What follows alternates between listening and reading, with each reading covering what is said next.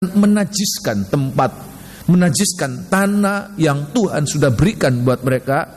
Itulah tanah perjanjian, tanah pusaka, tanah yang kudus itu dinajiskan oleh matinya seorang yang jahat, yang layak dihukum mati. Oleh sebab itu Tuhan katakan, ya, perintahkan kepada Musa untuk disampaikan kepada orang Israel sebagai suatu peraturan bahwa biarkan orang-orang yang mati itu harus segera diturunkan, ya. Dan untuk itu Alkitab mengatakan karena peraturan itu maka orang-orang Yahudi juga datang kepada Pilatus supaya orang-orang itu harus segera diturunkan. Tetapi syaratnya harus mati. Nah, oleh sebab itu kalaupun belum mati, mereka harus seperti dimatikan. Nah, cara mematikannya itu apa? Di mana kakinya itu harus dipatahkan. Sebab begitu kaki itu dipatahkan, maka orang itu akan cepat mati. Dan itu yang terjadi. Dua penjahat yang di kiri dan di kanan Tuhan, mereka dipatahkan sebab pada saat itu mereka belum mati. Tetapi waktu mereka sampai kepada tubuh Yesus, mereka melihat dia sudah mati. Tetapi untuk meyakinkan bahwa dia sudah mati, ayat mengatakan seorang prajurit itu menusuk lambungnya.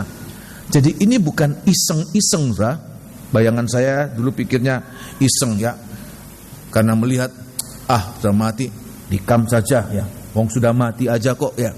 Tetapi ini suatu kesungguhan, ya. Ini suatu penggenapan nubuatan, sebab ada nubuatan di balik semuanya itu, di mana untuk memastikan bahwa Yesus sudah mati, seorang prajurit itu menusuk begitu dalam, menembus ginjal, menembus jantung, sehingga keluar air dan darah. Dan itu untuk membuktikan, untuk menggenapkan bahwa ada suatu peraturan domba Paskah yang dimakan orang Israel pada saat mereka keluar dari tanah Mesir. Maka satu aturan, tidak boleh domba Paskah itu dipatahkan tulangnya. Dagingnya harus dimakan malam itu juga, tidak boleh tersisa. Dan tulangnya tidak boleh dipatahkan. Dan Yesus sebagai domba Paskah, dia juga menggenapkan aturan itu, di mana tidak boleh dipatahkan satu tulang sekalipun, tidak boleh dipatahkan. Nah, bagi kita malam hari ini yang harus kita pandang, ini yang harus kita lihat. Supaya apa? Supaya pada saat dia datang kembali, kita tidak meratap, kita tidak ketakutan, kita tidak cemas seperti semua penduduk bumi pada saat itu. Tetapi kedatangan Tuhan adalah saat yang membahagiakan buat kita. Nah, apa bagi kita, ya, memandang dia yang tertikam itu, ya. Malam hari ini saya akan menyampaikan ada 2 poin besar di sini yang harus kita pandang ini, yang harus kita lihat, sebab tidak ada jalan lain kita akan mengalami kemuliaan kalau kita tidak melalui jalan-jalan yang ditinggalkan oleh Tuhan. Dan ini harus menjadi pandangan kita setiap waktu, setiap saat. Yesus yang tertikam untuk kita, Yesus yang mati untuk kita, itu harus menjadi pandangan kita. Jangan beralih kepada yang lain. Sebab secepatnya kita mengurangkan pandangan kita kepada dia yang tertikam, maka itu nanti akan mengalihkan kita kepada pribadi yang lain, objek yang lain. Dan waktu nanti dia tampil dalam kemuliaan, maka orang itu seperti tidak siap, akan mengalami ketakutan. Oleh sebab itu biar hari-hari ini pandang dia yang sudah tertikam, yang sudah mati untuk kita, ya. Ada dua perkara besar yang saya sampaikan pada malam hari ini, ya, berkaitan dengan dia yang tertikam, yaitu yang pertama di dalam ayat 33 dan 35 kita baca sekali lagi. Ini yang akan kita lihat, ya, menjadi saksi. Setiap orang yang memandang itu, ya, menjadi saksi, ya, saksi yang benar. Untuk apa? Kesaksian itu layak dipercayai. Ayat yang ke-33, perhatikan. Tetapi ketika mereka sampai kepada Yesus, ya, dan melihat bahwa ia telah mati, melihat bahwa Yesus sudah mati, mereka tidak mematahkan kakinya. Ya.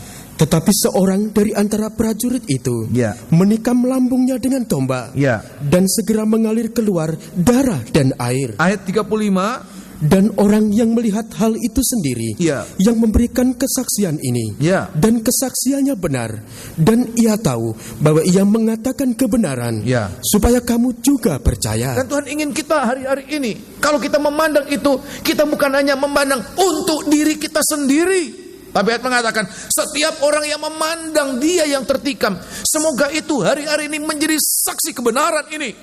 Untuk apa? Membuat ada sebanyak mungkin orang bisa dijangkau untuk menjadi percaya bahwa Yesus itu benar-benar mati.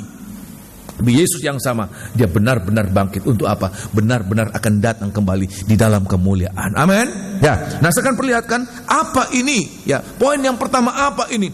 Yaitu kita harus menjadi saksi tentang kematiannya. Hari-hari ini kita harus menjadi saksi tentang kematiannya. Bagaimana kita menjadi saksi tentang kematiannya? Kalau kita tidak lihat, menurut kata orang dia mati. Tuhan tidak menginginkan demikian. Tetapi hanya orang-orang yang punya pengalaman secara pribadi menyaksikan bahwa Yesus itu sudah mati. Ya, tidak menurut kata orang, tapi dengan matanya sendiri melihat Yesus sudah mati. Ya, supaya apa? Supaya kalau kita melihat kematian Yesus, ya, maka kita juga akan menjadi saksi kuasa kematiannya. Saya ulangi sekali lagi.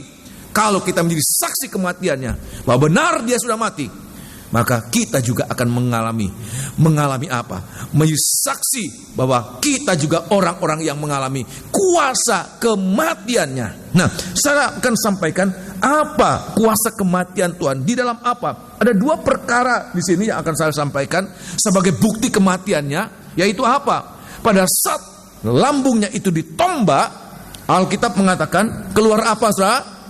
Darah dan air. Ini saksi. Kemudian Rasul Yohanes menuliskan dalam 1 Yohanes pasal yang kelima, itu menjadi saksi di bumi ini bahwa dia adalah anak Allah. Ya, nah kita akan lihat apa ini darah dan air. Ini sebenarnya kuasa, ini bukti kematian, tetapi ini juga kuasa kematian untuk mengangkat kita mengalami sesuatu yang baru. Ya, apa itu? Nomor satu, kuasa darah, kuasa di dalam darah. Untuk apa? Supaya kita, kalau kita melihat itu, membuat kita mengalami apa? Pengampunan. Di dalam darah itu terkandung pengampunan. Ini harus kita alami sekarang ini. Tidak ada orang yang tahan melihat dia datang dalam kemuliaan kalau sekarang ini dia tidak mengalami kuasa darah itu mengalir dalam kehidupannya. Untuk apa? Mengerjakan pengampunan. Orang yang tidak pernah mengalami pengampunan dari dia, tidak tahan Yesus waktu Yesus datang kembali. Oleh sebab itu hari-hari ini yang harus kita alami, saudara. Kita pastikan bahwa semua dosa kita sudah mengalami apa? Pengampunan. Oleh apa? Oleh darah Tuhan. Ya, ada orang mengatakan pengampunan karena perbuatan baik. Pikirnya perbuatan baik, amal itu bisa mengampuni dosanya. Ada yang mengatakan lain lagi, pengampunan karena apa? Menerima hukuman. Itu dunia, saudara. Orang yang berbuat jahat, dia harus dihukum. Ya, masuk penjara sekian tahun. Untuk apa? Mengalami pengampunan. Walaupun stigma dia adalah seorang penjahat tidak pernah akan terhapuskan. Seorang koruptor yang pernah masuk penjara tidak pernah akan terhapuskan. Walaupun dia sudah tebus 10 tahun, 20 tahun dalam penjara. Keluar pandangan orang tetap dia kriminal, tetap dia koruptor. Oleh sebab itu tidak ada jalan lain untuk mengalami pengampunan. Bukan karena perbuatan baik kita, amal kita kemudian mengalami pengampunan. Bukan karena kita sudah menerima hukuman dan kita mengalami pengampunan, tidak. Tapi kita lihat di dalam kitab Ibrani pasal yang ke-9, kitab Ibrani pasal 9, tidak ada pengampunan tanpa apa? Penumpahan darah. Darah siapa yang layak untuk mengampuni kita? Apa darah binatang layak mengampuni kita? Tidak. Ya, terlalu rendah nilai dari darah binatang. Oleh sebab itu, seandainya darah binatang cukup untuk mengampuni kita, Yesus tidak usah mati di atas kayu salib. Dia tidak usah datang memiliki tubuh seperti kita, mengalami penderitaan, mengalami lapar, mengalami rasa cemas, rasa takut, rasa apa? Ya, rasa susah. Tidak. Ya, dia tetap menjadi anak Allah yang setiap saat berada di hadapan tahta Bapanya. Tetapi Alkitab mengatakan tidak ada jalan lain. Dia harus menjadi sama dengan kita bagaikan domba Paskah. Ya, kitab Ibrani pasal yang ke-9, sebab enggak ada jalan lain untuk mengampuni manusia, untuk menutup dosanya. Tidak ada jalan lain. Tidak ada jalan lain. Bukan dengan amalnya, bukan dengan hukumannya. Enggak pernah terhapus. Biar dihukum sampai kapanpun juga, orang sudah tetap begitu mengetahui dia melakukan sesuatu yang jahat. Walaupun mungkin ada beberapa kejadian orang yang sudah dihukum ternyata salah, bukan orang yang seharusnya dihukum. Dia bukan bersalah, dia tidak bersalah, salah hukum. Tapi orang sudah terlanjur tertanam dalam ingatan, ini melakukan itu, ya. Dia melakukan pelanggaran, nggak bisa dihapus, ya. Tidak bisa dihapus. Stigma itu melekat begitu dalam dan lama dalam pikiran orang, ya, ingatan orang. Ayat 22, kitab Ibrani pasal 19 ayat yang ke-22. Oleh sebab itu hari-hari ini kita, ya, Ibrani pasal 9, kitab Ibrani pasal 9 ayat yang ke-22. Ibrani 9 ayat 22. Dan hampir segala sesuatu, ya, disucikan menurut hukum Taurat dengan darah.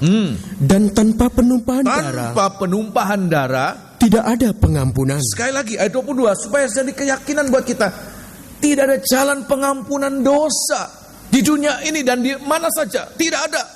Kalau ada orang kemudian menciptakan seolah-olah kita bisa diampuni dengan jalan yang lain, maka itu suatu pembodohan, itu suatu penyesatan. Seandainya ada jalan itu, buat apa Bapa kirim anaknya untuk ditumpahkan darahnya, memiliki darah daging seperti kita, dan darahnya ditumpahkan sebagai jalan penebusan dosa? Enggak perlu. Ya. Oleh sebab itu kita harus mengerti ini, enggak ada jalan lain, tidak ada jalan lain. Ayat 22, perhatikan. Dan hampir segala sesuatu, ya, disucikan menurut hukum Taurat, perhatikan, dengan darah. Dan tanpa penumpahan darah tidak ada pengampunan. Tidak ada pengampunan. Oleh sebab itu di hari-hari ini harus kita mengerti. Kita harus menjadi pengalaman pribadi, pengalaman nyata ini. Tidak ada orang yang akan tahan melihat dia datang dalam kemuliaan kalau hari-hari ini tidak melihat darah yang keluar, tidak mengalami kuasa darah yang keluar dari lambungnya. Tidak tahan. Mereka akan menangis. Sebab apa? Penghukuman itu siap untuk mereka. Penghakiman siap untuk mereka. Tetapi kalau kita mengalami lewat darah itu, ayat mengatakan tidak ada penghukuman buat mereka yang ada di dalam apa? Kristus. Sebab darah Kristus itu sudah mengampuni mereka. Satu ayat lagi, 1 Yohanes, suratan 1 Yohanes pasal pertama, 1 Yohanes. Bagaimana caranya kita boleh mengalami kuasa darah itu? Bukannya sekedar melihat, tetapi merasakan dan mengalami kuasa darah itu. Mengampuni setiap dosa kita. Tidak ada dosa yang mampu bertahan. Tidak ada noda yang mampu bertahan, ya, di hadapan darah yang telah ditumpahkan untuk kita, ya. Begitu berkuasa, ya, sangat berkuasa. Ayat yang ke-7, perhatikan. Tetapi jika kita hidup di dalam terang, ya, sama seperti Dia, ya, ada di dalam terang. Ada di dalam terang. Ini harus kita alami. Teruskan. Maka kita beroleh persekutuan seorang dengan yang lain, ya, dan darah Yesus, ya, perhatikan, dan darah Yesus, anaknya itu, ya, menyucikan kita daripada segala dosa. Segala dosa, bukan hampir semua dosa, ya, atau sebagian besar dosa, tetapi segala dosa-dosa apapun juga, yang paling menjijikkan, yang paling mengerikan sekalipun. Ayat mengatakan kuasa darah itu sanggup mengampuni setiap dosa kita. Teruskan. Jika kita berkata bahwa kita tidak berdosa, ya, maka kita menipu diri kita sendiri, ya, dan kebenaran, ya, tidak ada di dalam kita. Ayat yang ke-9, perhatikan. Jika kita mengaku dosa kita, kalau kita mengaku dosa kita, perhatikan, maka Ia adalah setia dan adil. Setia dan adil, sehingga Ia akan mengampuni segala dosa kita, ya, dan menyucikan kita, ya, dari segala kejahatan. Tidak ada dosa yang akan sanggup bertahan. Tidak ada kejahatan yang sanggup bertahan. Terima kasih. Di hadapan darah anak domba itu. Seperti demikian, amin. Sehingga seharusnya kalau kita menjadi anak Tuhan, kita tidak dikejar-kejar rasa berdosa masa lalu kita. Seperti orang-orang yang dikejar-kejar rasa malu, rasa takut untuk dosa masa lalu yang belum terampuni. Tidak. Sebab apa? Ayat mengatakan semua dosa itu sudah diampuni. Tapi bagaimana caranya? Alkitab mengatakan setiap orang yang mengaku dosa, sebanyak dosa yang kita akui kepada Tuhan, sebanyak itu juga darah yang keluar dari lambungnya itu akan mengampuni kita. Ya, sebanyak darah itu, sebanyak dosa yang kita akui, sebanyak itu darah itu akan mengampuni kita. Ya, oleh sebab itu biar hari-hari ini menjadi doa kita, Tuhan ingatkan kembali. Saya pernah menyampaikan di Kemlaten kepada oma-oma yang sudah sepuh, ya. Saya katakan kepada mereka supaya apa? Hari-hari ini kita untuk ingat apa-apa yang belum beres, untuk kita mohonkan ampun, ya. Begitu kita ingat, aduh dulu, walaupun itu sudah 60 tahun, 70 tahun yang lalu, tapi kalau itu belum diakukan kepada Tuhan, maka itu perlu mengalami pengampunan. Sebab Tuhan katakan semua dosa yang diakui, semua dosa itu yang akan diampuni. Tapi kalau kita tutupi, ya karena rasa malu mungkin, karena rasa takut mungkin, maka apa yang ditutupi bukan berarti tidak ada lagi, ya. Tetapi itu hanya seperti ditutup sementara. Justru dosa itu seperti ragi. Kalau ditutup, makin dia bekerja, makin dia merusak. Nanti satu saat, cepat atau lambat, itu akan terbongkar juga. Sebab ada sesuatu yang tidak baik, ada sesuatu yang tidak benar, yang belum mengalami pemberesan. Oleh sebab itu, biar hari-hari ini selama kita masih hidup, Tuhan katakan kita harus pandang ini. Selama Tuhan belum datang dalam kemuliaan, ini kita harus punya pengalaman ini. Kita menjadi saksi nyata, saksi mata, saksi nyata, saksi hidup bahwa dia sudah mati. Buktinya apa? Ada darah yang keluar dari lambungnya. Untuk apa? Dengan darah itu kita boleh mengalami apa? Pengampunan. Satu ayat kitab Yesaya pasal pertama, saya sering kali membacakan ayat ini, ya. Yesaya pasal 1. Tuhan membukakan kita kesempatan, saudara. Dan ini kesempatan selama kita masih hidup dalam tubuh jasmani ini. Selama Tuhan belum datang, inilah kesempatan buat kita. Kalau Tuhan sudah datang terlambat. Oleh sebab itu di hari-hari ini, selama Tuhan belum datang, dan selama kita masih hidup dalam tubuh jasmani, ini adalah kesempatan buat kita boleh menjadi saksi nyata. Tapi tadi Bapak Santoso berulang-ulang kali menyaksikan bagaimana Tuhan itu, dia mampu untuk mengampuni, mampu untuk mengangkat seseorang, apapun kenajisan, bahkan seperti kotoran binatang sekalipun, ya, dia mampu menyucikan kita. Oh, luar biasa, ya.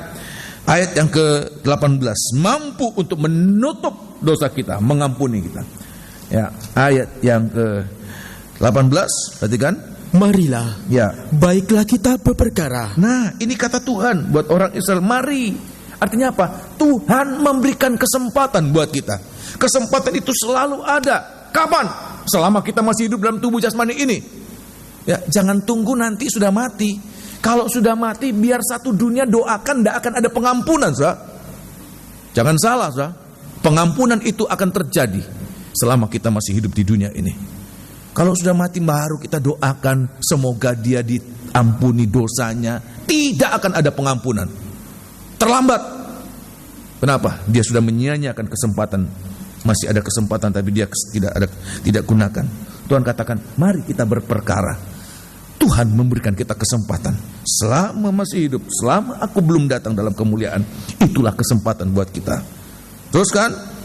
Firman Tuhan, ya, sekalipun dosamu merah seperti kirmisi, ya, akan menjadi putih seperti salju. Ya, luar biasa kuasa darah itu. Ayat mengatakan tidak ada dosa sejahat senajis apapun juga. Ayat mengatakan merah seperti kirmisi, dia akan putih seperti salju. Teruskan. Sekalipun berwarna merah seperti kain kesumba, ya, akan menjadi putih seperti bulu domba. Terlalu bodoh kita kalau tidak memanfaatkan kesempatan, ya. Terima kasih. Seandainya ada apa namanya itu lembaga arbitrase yang mengatakan kepada setiap debitor, ya, Yang berhutang itu apa? Debitor ya. Setiap orang yang berhutang, berapapun hutangmu, datang, putihkan tanpa bayar satu peser pun, engkau akan dibebaskan dari hutangmu kepada siapapun juga, berapapun besarnya. Saya yakin kantor pajak itu atau kantor kas negara itu akan penuh, ya, pekerjanya akan tidak berhenti sebab apa? Terlalu banyak orang akan memanfaatkan kesempatan itu. Tetapi Tuhan memberikan kita kesempatan yang sangat terbuka. Tetapi anehnya, orang-orang tidak memanfaatkan kesempatan. Sehingga mereka lebih memilih hidup dalam ketakutan, hidup dalam kecemasan selama di dunia. Kenapa? Sesuatu yang ditutup-tutupi itu membuat seseorang itu cemas, takut. Pada saat orang kemudian kira-kira akan membongkar, takut. Ya, banyak kali ini jadi sasaran pemerasan, saudara. Apa-apa yang belum dibereskan di masa lalu, sasaran pemerasan hari ini, dan masa hari-hari akan datang. Tapi kalau kita sudah mengalami pemberesan, apapun dosa kita, maka Tuhan katakan semuanya menjadi putih seperti salju, putih seperti bulu domba. Sampai saya demikian, amin? Ya. Dan akibatnya apa?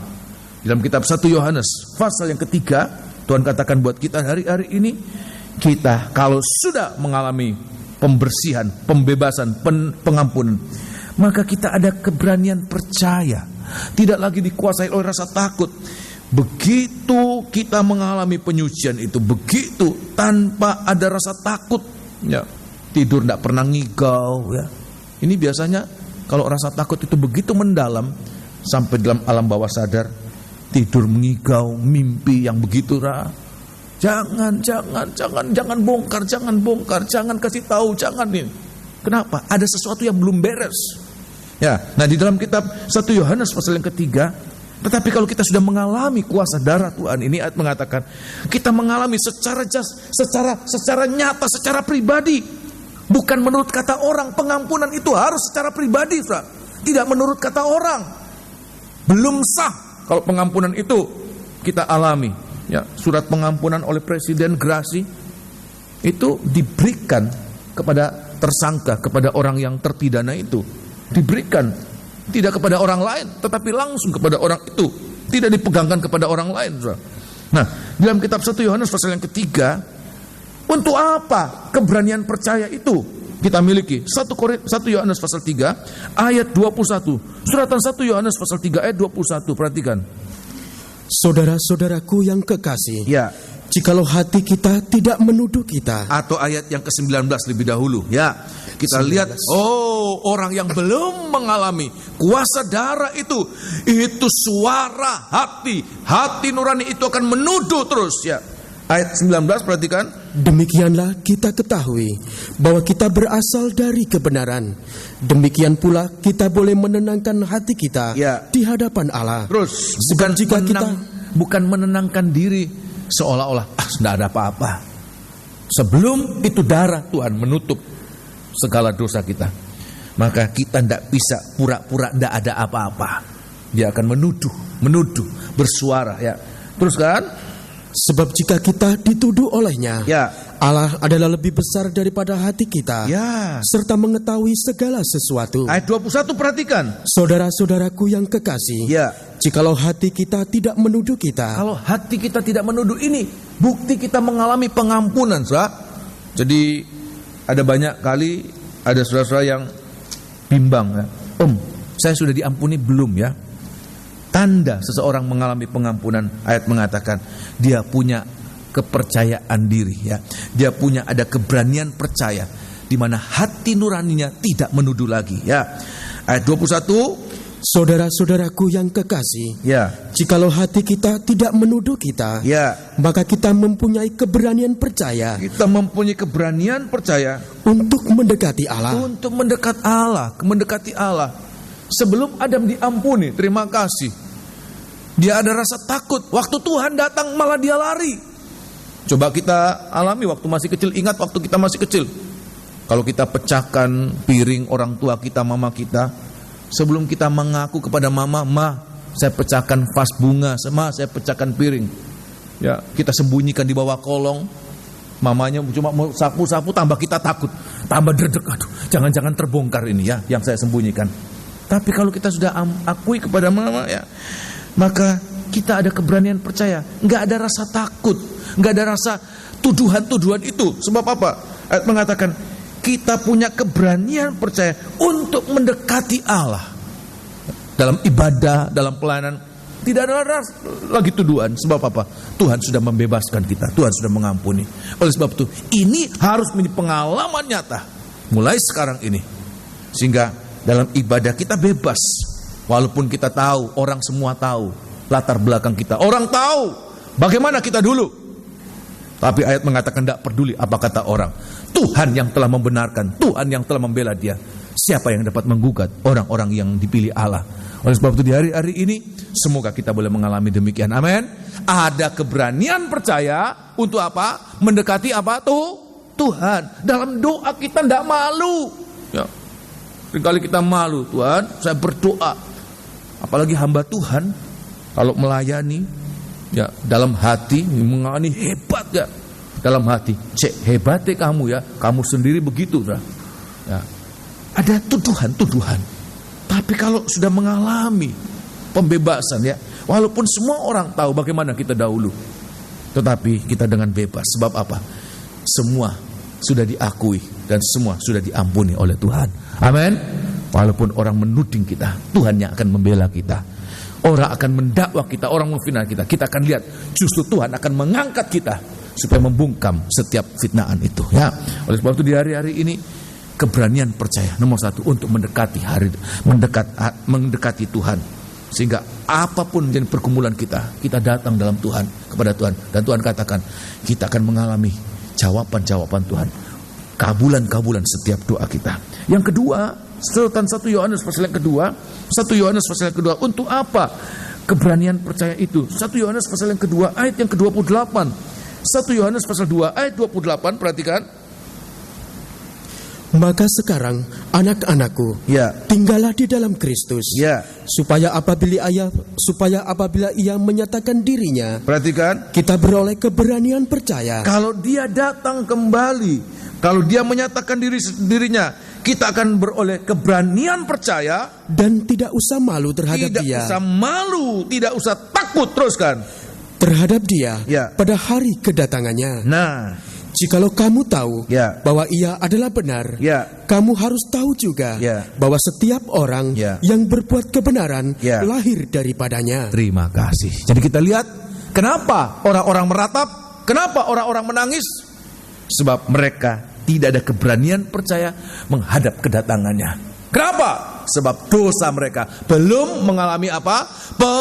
Pengampunan. Kalau kita sudah mengalami pengampunan, kita tidak ada rasa malu, tidak ada rasa takut, tapi justru kedatangan Tuhan itu sesuatu yang membahagiakan. Ini yang kedua.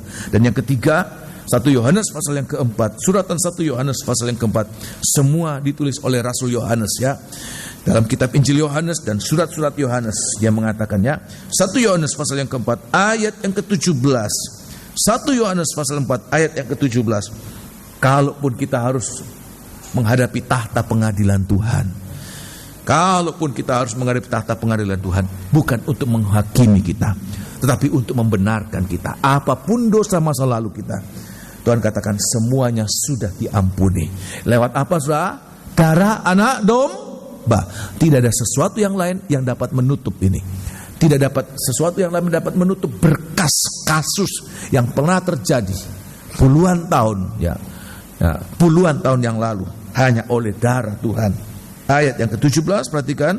Dalam hal inilah kasih Allah sempurna di dalam kita, ya, yaitu kalau kita mempunyai keberanian percaya, ya, pada hari penghakiman. Pada hari penghakiman. Terus, karena sama seperti Dia, ya, kita juga ada di dalam dunia ini. Terima kasih. Kita ada keberanian percaya menghadapi hari penghakiman sekalipun. Sebab apa? Kita tahu betapapun kotornya, jahatnya dosa kita masa lalu, Tuhan sudah mengampuni kita. Mau mengalami demikian, amin? Haleluya. Tuhan memberikan kita kesempatan. Darahnya untuk apa? Menjadi jalan pengampunan. Ini kuasa kematiannya. Untuk apa? Betapapun jahat najisnya kita, Tuhan ampuni, hapuskan kita menjadi putih seperti salju, putih seperti bulu domba. Yang kedua, selain darah juga ada air. Ya, air keluar dari lambungnya. Air ini untuk apa? Ibu-ibu ya, dan semua kita, kalau kita menggunakan air khususnya selain untuk diminum ya, untuk apa saudara air itu saudara? Untuk apa? Membasuh. Entah membasuh baju, membasuh piring, bahkan membasuh tubuh kita ini pakai air ya. Walaupun satu saat air jadi mahal, orang mandi pakai tisu mungkin saking mahalnya air ya. Ya, tetapi ya, apa yang paling benar dalam membasuh sesuatu adalah lewat air. Dengan kata lain, kita harus juga mengalami kuasa kematian dengan air ini yang keluar dari lambungnya Tuhan, supaya kita mengalami kuasa kematian Tuhan dengan air yang keluar. Untuk apa? Mengalami penyucian. Nah, di dalam kitab Injil, suratan Efesus pasal yang kelima, air itu keluar, air yang merupakan air yang jernih itu keluar dari Tuhan. Ya, sebelum Efesus kita akan baca kitab Yehezkiel pasal yang ke-36 lebih dahulu. Ya, Yehezkiel 36. Oh, haleluya. Yehezkiel 36. Kitab Yehezkiel pasal yang ke-36. Perjanjian Lama. Yehezkiel 36 ayat yang ke 25 sampai 27. Yehezkiel 36 ayat 25 sampai 27. Aku akan mencurahkan kepadamu air jernih. Air yang jernih akan dicurahkan buat kita dari pribadinya ya. Akan dicurahkan buat kita air yang jernih. Untuk apa? Yang akan mentahirkan kamu dari segala kenajisanmu. Dari segala kenajisanmu ditahirkan, teruskan. Dan dari semua berhala-berhalamu. Aku akan mentahirkan kamu. Menyucikanmu, teruskan. Ayat 26. Kamu akan kuberikan hati yang baru. Hati yang baru. Dan roh yang baru di dalam batinmu. Terus. Dan aku akan menjauhkan dari tubuhmu hati yang keras.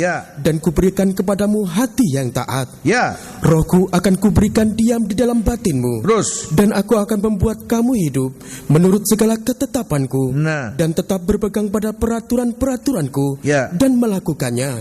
Terima kasih. Jadi kita lihat ini bagaimana kesediaan Tuhan untuk kita.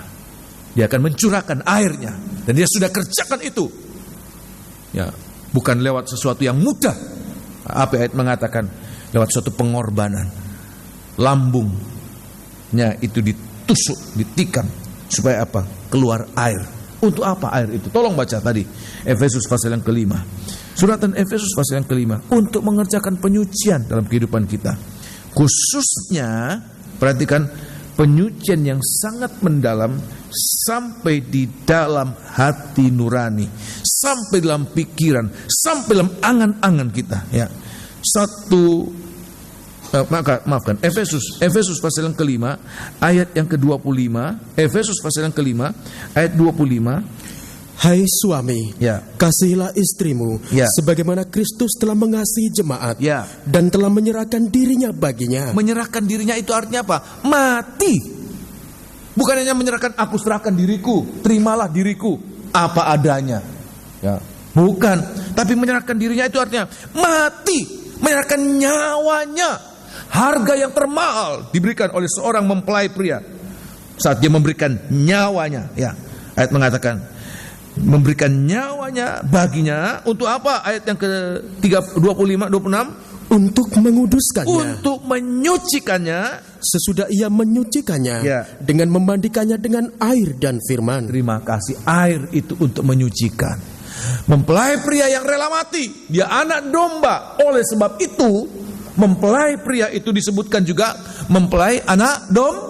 Sebab apa? Dia anak domba yang sudah mati, tersembelih untuk kita. Dia tertikam untuk kita, supaya dengan luka dari tikaman itu keluar darah dan air. Darah untuk pengampunan dosa-dosa masa lalu yang sudah kita lakukan. Tetapi juga kita perlu mengalami penyucian. Untuk apa? Perjalanan hidup kita sekarang ini, bahkan sampai akan datang. Bahkan penyucian itu lebih mendalam. Bukan hanya dalam perbuatan saja. Perhatikan ini penting.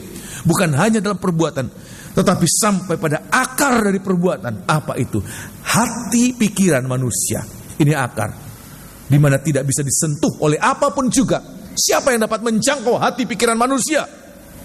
Seorang istri pun tidak dapat menjangkau apa yang ada dalam hati suaminya. Begitu juga sebaliknya. Seorang suami pun tidak dapat menjangkau apa yang ada dalam istrinya, hati istrinya. Ya, begitu dalam, begitu rahasia. Tetapi air yang keluar dari lambungnya Tuhan sanggup menyucikan sampai di dalam kedalaman. Supaya apa? Kita boleh mengalami suatu penyucian yang sangat mendalam, mengalami suatu kelahiran baru, menjadi seseorang yang ayat mengatakan tanpa cacat dan celah. Tanpa cacat dan celah, tetapi sempurna. Ayat 27, tolong baca. Ayat 27, sedemikian Tuhan mengerjakan itu dalam kehidupan kita. Kalau cacat celah itulah kesalahan di masa lalu. Tapi kita lihat, kalau kita mengalami penyucian, Tuhan katakan, tetapi kita cemerlang. Ada kemuliaan, sebab Dia yang akan datang, Dia akan datang dalam kemuliaan. Ayat 27 perhatikan. Supaya dengan demikian Ia menempatkan jemaat di hadapan dirinya dengan cemerlang, tanpa cacat atau kerut atau yang serupa itu, tetapi supaya jemaat kudus dan tidak bercela. Terima kasih. Sampai tidak bercela, artinya apa? Sempurna. Sedemikian kuat penyucian Tuhan, sedemikian kuat. Ya, kitab Injil Matius, Tuhan katakan kalau dulu Tuhan menghalangi manusia menghukum hanya pada perbuatan saja, tetapi sekarang Tuhan menghukum bahkan apa yang ada dalam hati pikiran manusia, angan-angan manusia sebelum itu keluar dari mulut. Ya, maka itu sudah merupakan hukuman, tuntutan Tuhan dalam tahta pengadilannya nanti. Oleh sebab itu, sedemikian kita harus mengalami kuasa ini, penyucian yang sangat mendalam. Supaya apa? Benar-benar kita tidak ada kesempatan, sampai Tuhan membuat kita tidak ada kesempatan untuk jatuh kembali dalam dosa-dosa yang lalu dan dosa-dosa sekarang, bahkan dosa-dosa masa akan datang. Sedemikian perlindungan Tuhan begitu sempurna dalam kehidupan kita. Sebab apa? Dia datang dalam kemuliaan. Untuk siapa sih Dia datang dalam kemuliaan? Untuk mencari adakah orang-orang yang mau mengalami hari-hari ini penyucian, pengampunan oleh darahnya, tapi penyucian oleh air yang keluar dari lambungnya, supaya benar-benar kita cemerlang, tanpa cacat celah, tetapi sempurna. Kalau Tuhan bertanya buat kita, adakah kita mau mengalami demikian? Biar kita menjawab, akulah Tuhan, sucikan, biar air itu mengalir dalam hidupku ini, supaya benar-benar penyucian itu sangat mendalam. Amin. Ya, ini yang pertama, alami ini kuasa kematiannya. Lewat tusukan itu keluar air dan bahwa Yesus itu benar-benar apa? Mati. Enggak mati pura-pura. Juga bukan orang lain yang mati. Ada pendapat yang lain, sebenarnya yang mati itu bukan Tuhan Yesus, Yudas yang mati. Ya, Tuhan Yesus itu diangkat oleh Tuhan. Tapi yang benar apa? Bahwa Dia benar-benar mati. Ayat mengatakan saksi yang melihat itu menyaksikan bahwa kesaksian itu apa? Benar. Supaya apa? Kita percaya bahwa Dia mati. Kalau Dia tidak mati, percuma ibadah kita pun, percuma pengikutan kita, percuma iman kita. Ya, Dia sudah mati. Untuk apa? Dengan darahnya mengampuni dosa kita, dengan air menyucikan kita sampai di dalam kedalaman hati, batin, pikiran, perasaan manusia. Amin. Ya. Yang kedua apa? Dalam kitab Injil Yohanes pasal 19 tadi, kita kembali dalam kitab Injil Yohanes, ada dua perkara besar. Untuk apa? Mempersiapkan kita mengalami kemuliaannya. Oh, haleluya. Kalau kita tidak mengalami ini, kita tidak ada keberanian percaya. Kita akan takut meratap waktu Dia datang kembali. Oleh sebab itu, kuasa kematian itu harus benar-benar nyata kita alami. Supaya kalau Dia datang kita tidak takut, tapi kita justru bersuka, justru kita senang. Kitab Wahyu mengatakan, waktu Tuhan katakan, aku akan datang, jawaban orang-orang yang telah mengalami kuasa kematiannya mengatakan apa? Ya, amin, datanglah Tuhan Yesus. Siapa yang berani mengatakan demikian? Siapa yang berani? Hanya orang-orang yang yakin semua dosanya, semua kesalahannya sudah mengalami pengampunan dan penyucian.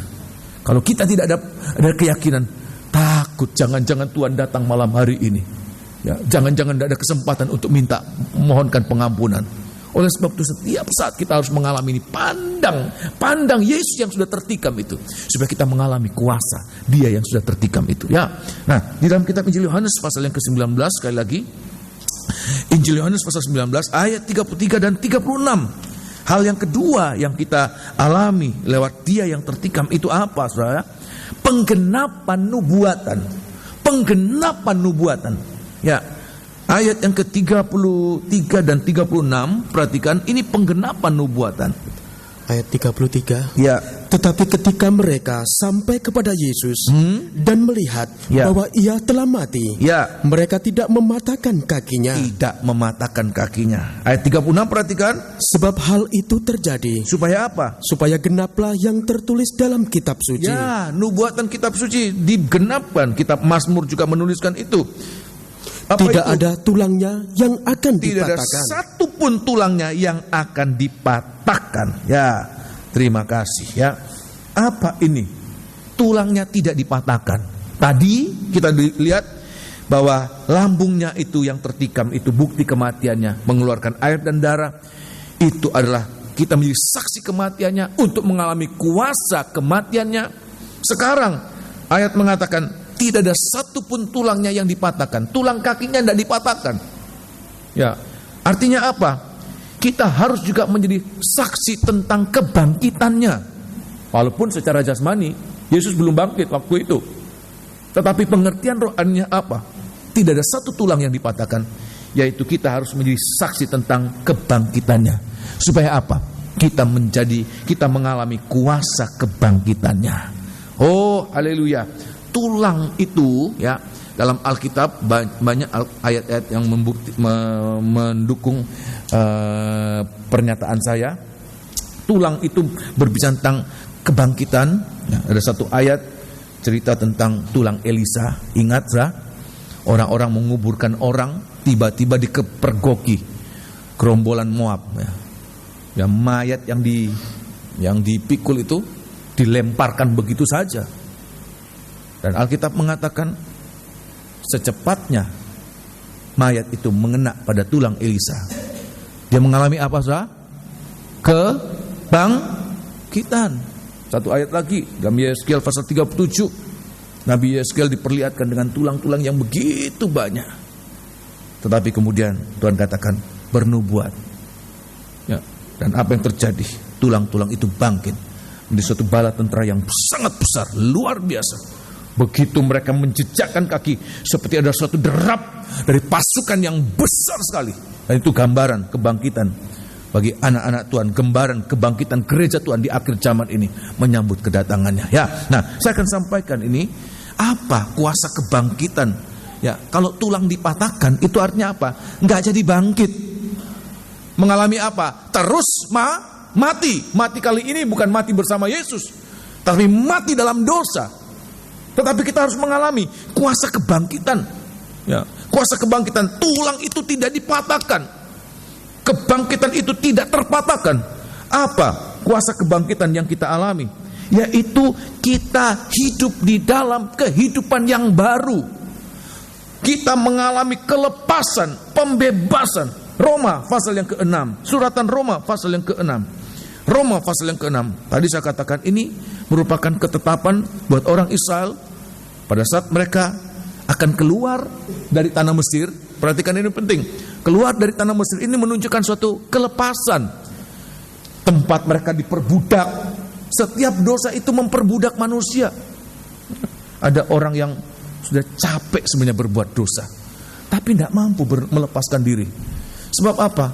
Seperti dia tertawan, ya, kepingin lepas, kepingin bebas, kepingin bertobat, tapi tidak mampu. Kenapa? Seperti dia tertawan di tanah Mesir, nggak mampu melepaskan diri. Tapi pada saat mereka menikmati, saat orang Israel menikmati domba Paskah, di mana salah satu aturan Tuhan katakan, jangan sisakan dagingnya sampai besok, juga jangan tulangnya dipatahkan. Dengan itu mereka mengalami kelepasan. Mesir tidak mampu menahan mereka, Firaun tidak mampu menahan mereka, tapi mereka keluar sebagai pemenang. Mereka keluar sebagai orang yang diberkati oleh Tuhan. Nah, di dalam kitab Roma pasal yang ke-6, tolong baca kitab Roma pasal yang ke-6 Ayat yang ke-6 Tuhan katakan demikian. Karena kita tahu bahwa manusia lama kita telah turut disalibkan. Supaya apa? Supaya tubuh dosa kita. Nah ini, mengalami pembebasan. Kita tidak diperbudak dengan tubuh lama. Apa tubuh lama? Tubuh berdosa. Tubuh yang begitu suka berbuat dosa. Ya. Seperti Rasul Paulus mengatakan, siapa yang dapat melepaskan aku? Dalam pasal berikutnya, siapa yang dapat melepaskan aku dari tubuh maut ini? Tubuh celaka ini. Siapa? Dia katakan, aku manusia celaka. Siapa yang dapat membebaskan aku? Yesus yang sudah mati. Tapi Yesus yang sudah juga apa? Bangkit. Hanya Dia yang dapat melepaskan kita, ya. Ayat 6. Karena kita tahu bahwa manusia lama kita telah turut disalibkan supaya tubuh dosa kita hilang kuasanya. Tubuh dosa kita hilang kuasanya. Tubuh dosa kita hilang kuasanya. Ayat yang ke-10, perhatikan. Sebab kematiannya adalah kematian terhadap dosa. Tetapi satu kali dan untuk selama-lamanya. Tetapi dan kehidupannya. Tapi kehidupannya, apa kehidupannya? Kebangkitannya. Teruskan. Adalah kehidupan bagi Allah. Kebangkitan bagi Allah. Kebangkitannya adalah hidup bagi Allah. Terima kasih. Rasul Petrus mengatakan, dahulu pada saat kita belum mengenal Allah, hidup kita ini mendengarkan nasihat orang, mendengarkan nasihat iblis, melakukan perkara-perkara yang tidak berkenan kepada Tuhan, kejahatan, kenajisan. Tapi sekarang, setelah kita mengalami kuasa kematian, kuasa kebangkitannya, ya, ayat mengatakan hidup yang akan datang, kita hidup untuk melakukan kehendak Allah. Ada kemampuan untuk melakukan kehendak Allah. Saya mau mengatakan, kalau kita tidak memiliki kuasa kebangkitan, tidak mampu melakukan kehendak Allah. Ya, ada begitu banyak halangan, begitu banyak rintangan. Jangankan melakukan kehendak Allah, ke gereja pun tidak mampu. Dan itulah yang dikerjakan oleh iblis. Setiap kali kita kepingin untuk ke ibadah, ada banyak halangan. Sakitlah tadi, Pak Gideon bersaksi, sakitlah, kesibukanlah, apalah, acaralah, inilah. Ada begitu banyak halangan.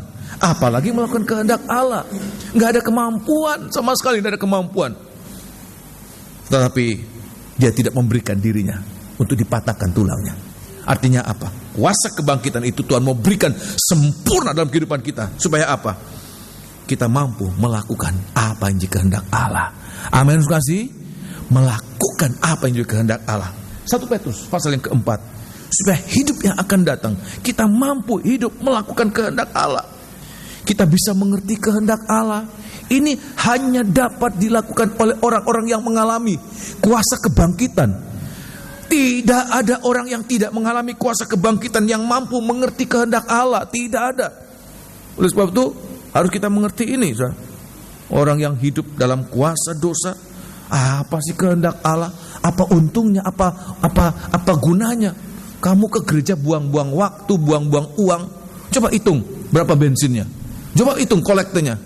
Ya. Coba hitung perpuluhannya. Coba kamu kalkulasi berapa tahun kamu. Coba hitung berapa banyak itu. Seandainya engkau tidak memberikan kolekte, engkau tidak ke gereja, ya, engkau tidak memberikan perpuluhan, sekarang kamu sudah punya rumah bagus. Sebab apa? Sudah miliaran. Dihitung-hitung perpuluhannya, kolektenya, bensinnya, sudah miliaran. Sekarang kamu tidak usah kontrak lagi. Kamu sudah punya rumah mewah. Kamu sudah punya modal untuk usaha. Itu perkataan siapa? Orang-orang yang tidak mengenal apa? Kehendak Tuhan. Tapi kalau kita mengerti kehendak Tuhan, apapun pengorbanan kita tidak dapat membalas pengorbanan Tuhan. Dia yang sudah rela mati, tapi dia bangkit untuk apa?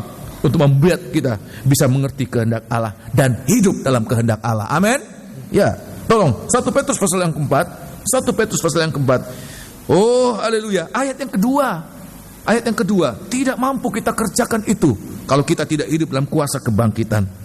Ayat yang keempat, ayat yang kedua, perhatikan. Supaya waktu yang sisa. Waktu yang ke depan. Ya, saya selalu mengatakan, waktu kita ke depan itu waktu yang sisa. Tinggal berapa lama? Tidak sebanyak waktu kita yang sudah kita habiskan. Kita yang sudah berumur 50 tahun, berumur 40 tahun, berumur 70 tahun, berumur 60 tahun, apalagi sudah berumur berapa 80 tahun. Di depan itu tinggal sisa. Kita tidak mungkin hidup seperti apa yang sudah kita habiskan. Saya berulang kali mengatakan, tahun ini saya 50 tahun. Saya tidak mungkin hidup 50 tahun lagi. Apa mau 100 tahun ke depan? Ya. Waktu yang sisa itu, tinggal waktu yang sedikit itu. Semua kita begitu. Ya. Coba kita merenungkan, mau berapa tahun lagi kita hidup? Sudah banyak waktu kita habiskan, kita buang untuk melakukan kehendak orang-orang yang tidak mengenal Tuhan. Ayat yang kedua, 1 Petrus pasal 4 ayat yang kedua, perhatikan. Supaya waktu yang sisa, jangan kamu pergunakan menurut keinginan manusia. Sebenarnya bukan dipergunakan. Kalau dipergunakan itu konotasinya positif, dimanfaatkan, berguna. Tapi sebenarnya dibuang. Waktu yang sisa telah kita buang, kita boroskan, kita hamburkan, lebih tepatnya begitu ya. Supaya waktu yang sisa jangan kamu habiskan, buang menurut keinginan manusia, tetapi menurut kehendak Allah. Tapi waktu yang sisa kita pergunakan. Kali ini pergunakan, sebab ini positif. Kita pergunakan untuk melakukan kehendak Allah. Sebab telah cukup banyak waktu ya, kamu pergunakan untuk melakukan kehendak orang-orang. Bukan cukup banyak lagi, tetapi terlalu banyak. Sebagian besar waktu hidup kita, ya, Tuhan katakan telah kita buang untuk melakukan kehendak orang-orang yang tidak mengenal Allah. Yang tidak mengenal Allah. Ya. Kamu telah hidup dalam rupa-rupa hawa nafsu, keinginan, kemabukan, pesta pora, perjamuan minum, dan penyembahan berhala yang terlarang. Ayat yang keempat, perhatikan ini. Halangan ini, ayat yang keempat. Sebab itu mereka heran bahwa kamu tidak turut mencemplungkan diri bersama-sama mereka di dalam kubangan ketidaksenonohan yang sama. Dan mereka menfitnah kamu. Terima kasih. Alkitab ini mengatakan kalau kita tidak punya kuasa kebangkitan, nggak mampu melawan tarikan orang-orang kembali untuk hidup lama lagi. Setiap orang yang sudah keluar dari hidup lama nanti akan mendapatkan godaan lagi, cobaan lagi, godaan lagi. Ayo kembali lagi, supaya apa? Kumat lagi, kambuh lagi. Kalau sampai dia kambuh, kalau sampai dia kembali, itu menjadi bukti dia tidak mengalami, tulang itu tidak dipatahkan untuk dia. Dia tidak mengalami kuasa kebangkitan. Kenapa? Tidak ada kemampuan untuk bertahan dalam hidup yang baru, hidup yang benar, hidup yang kudus. Oleh sebab itu, siapa kita? Siapa kita? Saya mau mengatakan itu seolah-olah saya sombong, tidak. Tapi saya mau mengatakan betapa tidak berdayanya kita. Dari daging kita sendiri, tarikan orang lain, pandangan kita. Tapi kalau kita punya kuasa kebangkitan, kita melihat tidak ada satu tulang yang dipatahkan, kita akan mengalami kuasa kebangkitannya. Untuk apa? Memampukan kita untuk kita hidup di dalam kehidupan yang baru, hidup yang benar. Saya akan perlihatkan sehebat apa kebenaran itu. Dan itu merupakan jaminan orang itu saat nanti Yesus datang, dia tidak akan meratap, tapi dia akan bersuka, dia akan bergembira. Tuhan katakan, angkatlah mukamu, sebab penyelamatanmu sudah tiba. Ya, suratan 1 Yohanes, ya, 1 Yohanes pasal yang ketiga, ya, 1 Yohanes pasal yang ketiga. Sedemikian hebatnya kuasa kebangkitan itu. Ya, ini tulang yang tidak dipatahkan, luar biasa, nggak bisa kambuh. Saya satu saat mendengarkan talk show dari Badan Narkotika Nasional. Dia katakan sekian persen, sebagian besar ya, lebih dari 70% orang-orang yang kecanduan narkoba itu selalu punya potensi untuk kembali lagi. Walaupun mereka sudah testimoni di mana-mana, oh kami bebas narkoba. Lihat aja, kita sudah lihat ya, orang-orang yang jadi agen narkoba untuk kampanye anti narkoba ketangkap lagi. Kenapa? Tidak punya kuasa kebangkitan, kuasa yang memampukan dia hidup benar, hidup kudus, tidak melakukan lagi. Tidak ada kuasa untuk membuat dia tidak kembali lagi pada hidup yang lama. Perhatikan ini. Ya, orang yang mengalami kuasa kebangkitan ini ada jaminan dia tidak akan kembali pada hidup yang lama. Tolong baca ayat yang ke-9. 1 Yohanes pasal 3 ayat yang ke-9. Sebab apa? Seperti dia mengalami kelahiran baru.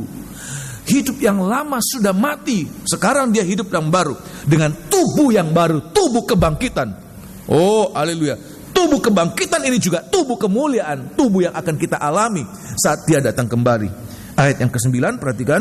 Setiap orang yang lahir dari Allah. Setiap orang yang lahir dari Allah. Artinya apa? Lahir baru. Sebab apa? Dulunya kita lahir dari ibu kita. Ya. Tetapi sekarang kita dilahirkan menjadi anak-anak Allah. Orang yang lahir dari Allah, setiap orang yang lahir dari Allah tidak berbuat dosa lagi. Enggak berbuat dosa lagi. Kalau enggak berbuat dosa lagi itu, ya pengertian sederhananya, enggak kambuh lagi, enggak kumat lagi. Ya, terus kan? Sebab benih ilahi kenapa benih tetap ada ilahi di dalam dia. Tetap ada di dalam dia. Terus kan? Dan ia tidak dapat berbuat dosa. Sampai satu saat tidak bisa berbuat dosa lagi. Ya, terus kan? Karena ia lahir dari Allah. Manusia daging ini, ya enggak usah diajar berbuat dosa. Manusia daging ini sangat bisa berbuat dosa. Kalau seandainya dibikin suatu percobaan, seseorang dipelihara sejak lahirnya, dipelihara dalam suatu situasi yang steril gitu, nggak diajar yang nggak diajar bohong, semuanya baik. Tapi saya sangat yakin nanti dia bisa bohong-bohong sendiri. Nggak usah melihat orang lain bohong, dia bisa bohong sendiri. Dia bisa melakukan apa-apa yang tidak berkenan kepada Tuhan. Kenapa? Sebab dia lahir dengan tubuh yang lemah. Tubuh apa? Berdosa. Benih dosa itu sudah ada sejak dia lahir. Ya. Tetapi kalau kita lahir dari Allah, ayat mengatakan kita memiliki tubuh yang baru, tubuh kebangkitan. Tubuh yang tidak dapat berbuat dosa. Seandainya kita memiliki tubuh ini, itu satu jaminan kita tidak akan jatuh lagi. Kita tidak pernah akan jatuh. Sehingga kalau Tuhan datang kembali, kita akan menatap dia dengan hati yang bersuka. Tidak meratap, tetapi kita akan bergembira. Sebab apa? Dia datang untuk kita. Oleh sebab itu di hari-hari ini pergumulan kita. Tuhan bergumul. Ya, kadang-kadang tanpa kita sadari, hidup lama kita muncul lagi. Sebab apa? Pembaharuan itu belum sempurna. Kita tekan-tekan hidup lama kita. Karena tekanan itu ya membuat hidup lama itu muncul lagi. Ya. Seorang pendeta yang sudah sekian lama, walaupun gereja ini tidak mengharamkan merokok ya, tapi satu saat dia mengalami tekanan yang sangat berat. Ya kembali sudah, ya merokok lagi sudah. Seorang pendeta sudah kembali lagi. Padahal dia sudah tinggalkan sekian lama. Sebab apa? Tidak mampu melepaskan diri, tidak mampu. Oleh sebab itu di hari-hari ini kita harus mengerti ini. Kita berdoa, Tuhan, biar saya bisa mengalami secara pribadi kuasa kebangkitan. Kuasa kebangkitan itu dalam hidupku apa? Membuat aku menjadi manusia yang baru, memiliki tubuh rohani, tubuh kebangkitan. Tidak ada satu tulang pun yang dipatahkan. Sehingga kalau kita boleh mengalami ini, jadi orang yang tidak bisa berbuat dosa. Oh, betapa indahnya, saudara. Walaupun hidup di tengah-tengah dosa, bukan mengajar kita untuk kita sembrono, saudara. Karena kita belum sempurna dalam pembaharuan, kita juga harus hati-hati. Ya, jangan tahu-tahu dosa kita terjang saja. Ya, kita akan jatuh, saudara. Kita harus berhikmat hari-hari ini. Tapi kalau sampai satu saat pembaharuan itu begitu sempurna, sangat sempurna, sekalipun kita berada di tengah-tengah lingkungan berdosa, ya kita tidak pernah bisa berbuat dosa. Sebab apa? Tidak ada kesanggupan, tidak ada kemampuan untuk berbuat dosa lagi. Tolong baca sekali lagi. Luar biasa, ini tulang yang tidak dipatahkan. Semoga kita boleh menjadi saksi ini, ya, saksi kebangkitannya. Ayat yang ke-9, setiap orang yang lahir dari Allah ya, tidak berbuat dosa lagi. Tidak berbuat dosa lagi. Kenapa? Sebab benih ilahi tetap ada di dalam dia. Bukan benih dosa. Ya, bukan benih dosa, tapi benih ilahi. Apa benih ilahi? Firman Allah itu menjadi daging. Dia adalah firman yang menjadi manusia, menjadi daging. Itu benih ilahi. Petrus mengatakan dalam surat 1 Petrus ya, firman Allah itu menjadi benih ilahi dalam kehidupan kita, mendarah daging. Yang kita dengarkan bukan teori, bukan cerita, tetapi suatu fakta. Kita merasakan ini Tuhan menjadi makanan mendarah daging dalam kehidupan kita ya. Dan ia tidak dapat berbuat dosa. Dia tidak dapat berbuat dosa karena ia lahir dari Allah. Sebab ia lahir dari Allah, menjadi anak-anak Allah. Oh, luar biasa. Sama yang datang anak Allah. Kita anak-anak Allah. Jenisnya sama, ya, jenisnya sama. Tapi yang lain, karena mereka bukan anak-anak Allah, mereka anak-anak dunia. Saat anak Allah datang, mereka akan meratap, mereka akan menangis. Oleh sebab itu, hari-hari ini, selama Tuhan masih memberikan kita kesempatan, masih hidup dalam tubuh jasmani ini, inilah kesempatan buat kita mengalami secara nyata, secara pribadi, menjadi saksi tentang kebangkitannya, supaya kita juga akan mengalami saksi kemuliaannya. Kita akan menjadi sama dengan dia. Ya, sebagai ayat terakhir, kitab Kolose pasal yang ketiga, ayat yang terakhir, suratan Kolose pasal yang ketiga. Oh, luar biasa ya. Kolose pasal yang ketiga, kita sudah mengalami kematiannya, kita juga mengalami kebangkitannya. Ya, Kolose pasal yang ketiga, ya, lihat Alkitab masing-masing. Bahkan kita bisa melihat dalam Kolose pasal yang kedua, ayat yang ke-20. Perhatikan, ini penting. Ayat yang ke-20, Kolose pasal 2 ayat yang ke-20 lebih dahulu. Apabila kamu telah mati bersama-sama dengan Kristus. Nah, perhatikan. Dan bebas dari roh-roh dunia. Ya, terima kasih. Jadi ini bebas dari roh-roh dunia. Ayat pasal yang ketiga, ayat yang pertama. Karena itu, ya, kalau kamu dibangkitkan bersama dengan Kristus, kita menjadi saksi kematiannya. Kita juga menjadi saksi kebangkitannya. Kalau kamu bersama-sama, kalau kamu dibangkitkan bersama-sama dengan Kristus, carilah perkara yang di atas, ya, di mana Kristus ada, duduk di sebelah kanan Allah. Kerinduannya adalah perkara-perkara yang rohani. Perkara-perkara di atas itu perkara-perkara yang rohani. Kerinduannya sebelum ini terpenuhi, dia akan selalu mengerang, selalu merindukan perkara-perkara yang rohani. Kerinduannya, teruskan. Pikirkanlah perkara yang di atas, ya, bukan yang di bumi. Terus, sebab kamu telah mati, ya, dan hidupmu tersembunyi bersama dengan Kristus, ya, di dalam Allah. Supaya apa? Ayat yang keempat, perhatikan. Apabila Kristus, ya, yang adalah hidup kita, menyatakan diri kelak. Kata menyatakan diri, datang kembali dalam kemuliaan. Kita yang telah mati bersama dia, saksi mata, ya, saksi mata, saksi nyata kematiannya. Kita menjadi saksi nyata, saksi mata dan saksi nyata kebangkitannya. Maka ayat yang keempat, apabila Kristus yang adalah hidup kita menyatakan diri kelak, datang kembali, kamu pun akan menyatakan diri, ya, bersama dengan dia dalam kemuliaan. Amin. Kita akan menjadi sama dengan dia dalam kemuliaan. Dia datang dalam kemuliaan, kita juga diubahkan dalam kemuliaan. Siapa yang mengerjakan itu? Tidak ada seorang pun yang mengerjakan kecuali dia sendiri, lewat korbannya, kematian dan kebangkitannya. Ya, inilah firman Allah buat kita. Semoga ini boleh jadi berkat buat kita sekalian. Ya, kita akan bangkit berdiri, kita akan nyanyikan satu lagu.